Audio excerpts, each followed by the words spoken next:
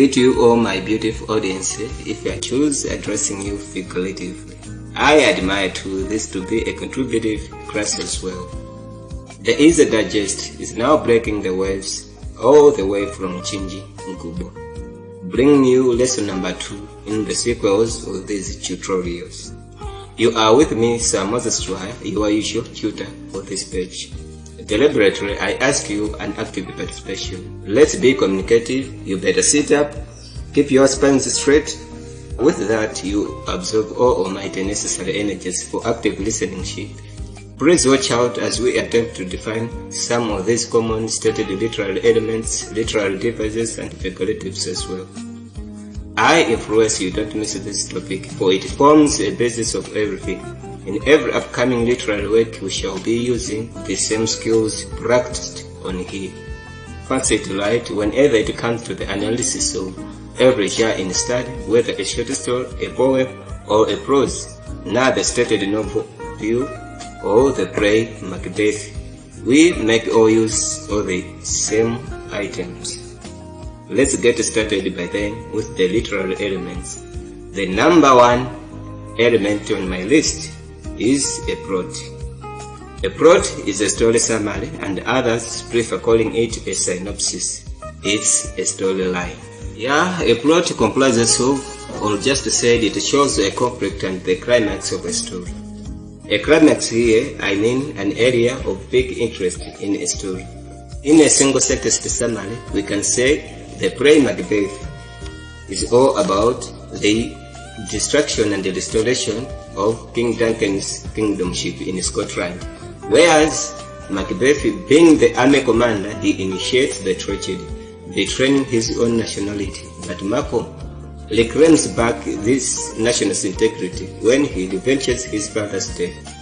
And so behind the book view is all a story about Kino, the man who suffers a lot as he loses his canoe, a house, and a son Koetito by those obsessive greedy people who are targeting for the bill he has just found.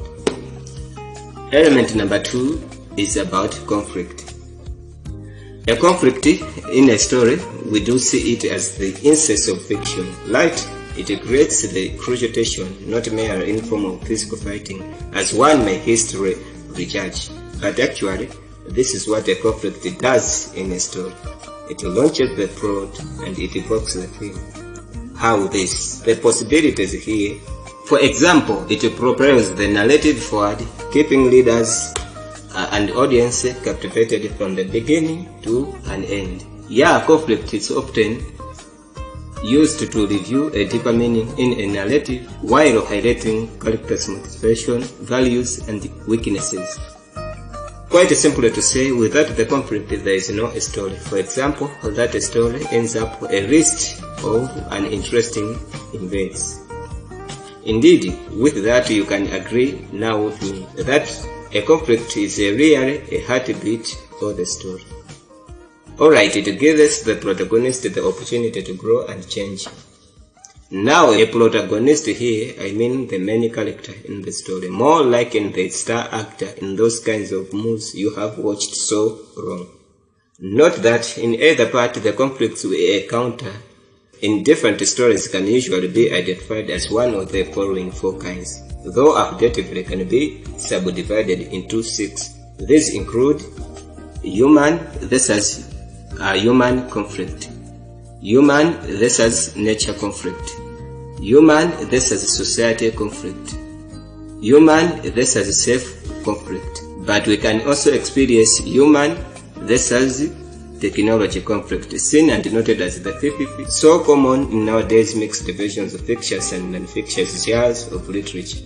Modern writers engages this style most, for example, in the case of technophobia. And the 6th one, but considered as the last, is all about the human versus fate conflict. Not much explanation on here, for I hold the full details purposefully, except I will share my description of the first 4 in rest. That's from number 1, about human versus human conflict, which others can prefer calling it a character versus character conflict. or else called a man versus man conflict. The use of man here remains the same, to standing both masculine and feminine genders as well. So no need to beat about the bush here. The human versus human conflict, this one pits one person against the other. For example, in the novel Bill, Kino argues with his wife Joanna whether they should still be keeping the bill in the house that is outsourcing a lot of trouble to their family. He reaches a point sometimes of beating her up.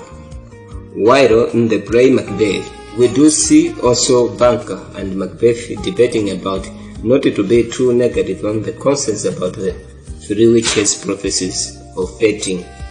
Despite that evils can speak half-truths, but Macbeth's argument is that they both require to accept their saying. The human versus nature conflict, or don't you prefer saying it a character against nature conflict?